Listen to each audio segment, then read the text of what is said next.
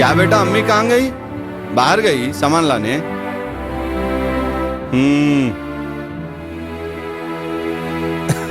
तेरे लिए क्या लाया देखो। हाँ?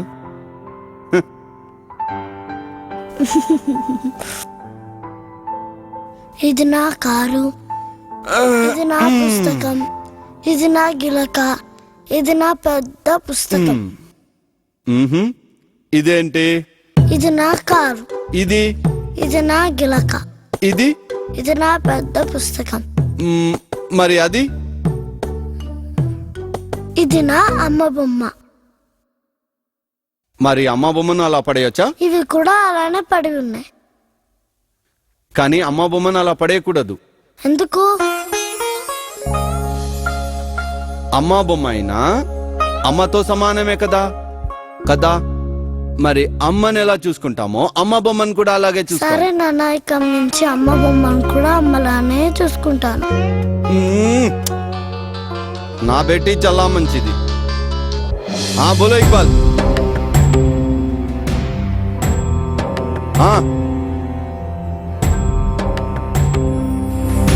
ఆర్డర్ పెద్దది ఉంది, ఇంకో 4 ఎక్కువ ఎక్కియాలి. సరేనా? ठीक है, अल्लाह हाफिज.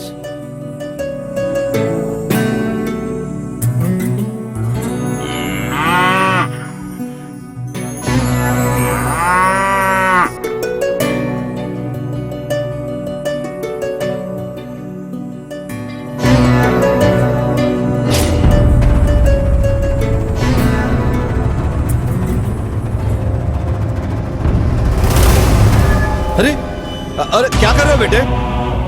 क्या हुआ तेरे को? నీకు ఏమైంది? ఎందుకు అలా బొమ్మని ఇర్చినావు? क्या हुआ तेरे को? हाँ क्या हुआ?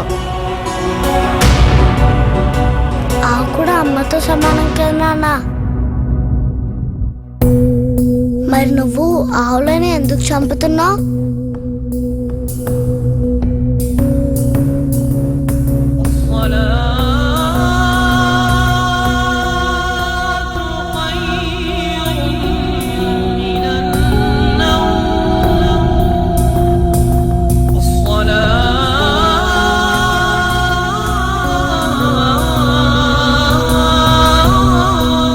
ఇమ్రాన్, ఆ ఆవులకి తీసుకుపోయి గోశాలలో వదిలేసేరా. अपने धंधा बंद कर दे रहे हैं.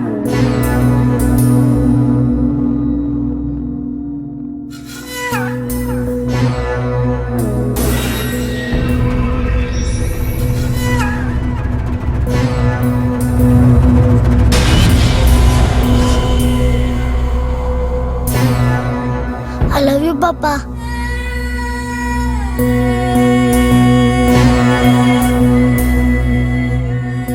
గోవు అమ్మతో సమానం. గోరక్షణ అంటే తల్లిని రక్షించుకోవడం. గోవు కూడా మన సంస్కృతే. గ్రీవామస్తక సందేతు తాసాం గంగా ప్రతిష్ఠిత సర్వదేవామయోగానః సర్వతీర్థమయాస్తదా. అనగా గోవు యొక్క కంఠము గంగడోలు మధ్య గంగ కలదు. గోవు యొక్క సమస్త అంగములయందు సమస్త దేవతలు తీర్థములు కలవు. స్వయం శక్తి లేని నదులు పర్వతాలు సృష్టించిన బ్రహ్మ జీవాత్మతో కూడిన ఒక జాతిని సృష్టించాలని భావించాడు. ఆ జాతి కూడా అగ్ని నుండి ఉద్భవించాలని తలచి యాగాన్ని చేయించాడు. అలా శరీరం కొరకు వాయుదేవుడు, చక్షువు కొరకు సూర్యుడు హోమం చేశారు. వారి హోమ ఫలితంగా జన్మించినదే గోవు. అందువలనే గోవుకి వేద ప్రమాణమైన ప్రాముఖ్యత గలదు. ఇలా మన పురాణ ఇతిహాసాల్లో గోవుకి విశిష్ట స్థానాన్ని ఇచ్చి గౌరవిస్తూ వచ్చాం. హైందవ ధర్మ ప్రకారం గోవుని గోమాతగా, కామధేనువుగా, ధర్మదేవతగా కొలిచి పూజిస్తున్నాం. గోవులున్న గ్రామం, నగరం, దేశం సమస్త సౌభాగ్యాలతో వర్ధిల్లుతాయని మన గ్రంథాలు చెబుతున్నాయి.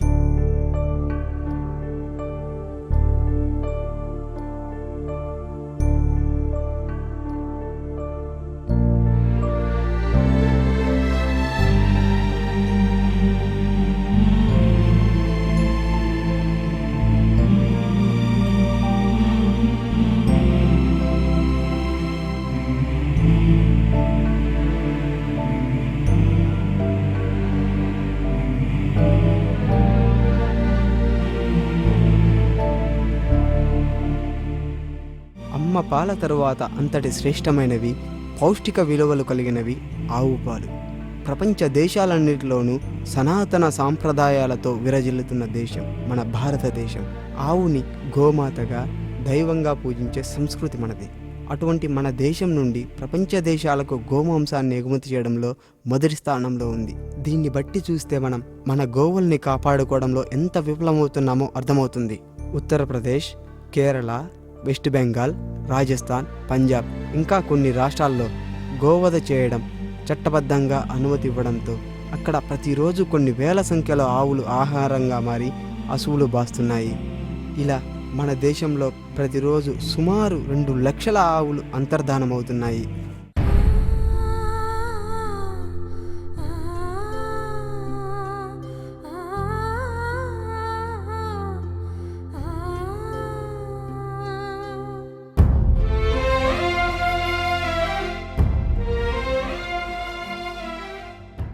అమ్మ, ఆవు అని ఓనమాలు నేర్చుకున్న మనం ఈ రోజుల్లో అంతరించిపోతున్న ఆవుల గురించి చదవడం బాధాకరం. చిన్నప్పుడు బడిలో ఆవు పులి కథ చదువుకున్నాం. ఇప్పుడు ఆ పులులు అంతరించే దశలో ఉంటే ఆ తర్వాతి స్థానంలో ఆవులే ఉన్నాయి. ఇలా ఈ గోవధ ఇంకొన్ని సంవత్సరాల పాటు జరిగితే రాబోయే కొన్ని సంవత్సరాల తర్వాత ఒకప్పుడు మన దేశంలో ఆవు ఉండేదని చెప్పుకోవాలి. ఇక ముందు ఆవును చూడాలంటే గోశాలలకు వెళ్లాల్సి వస్తుందేమో. ఇప్పటికైనా మన గోమాతల గొప్పదనం తెలుసుకుందాం. మన ఆవులని అంతరించిపోనివ్వకుండా కాపాడుకుందాం.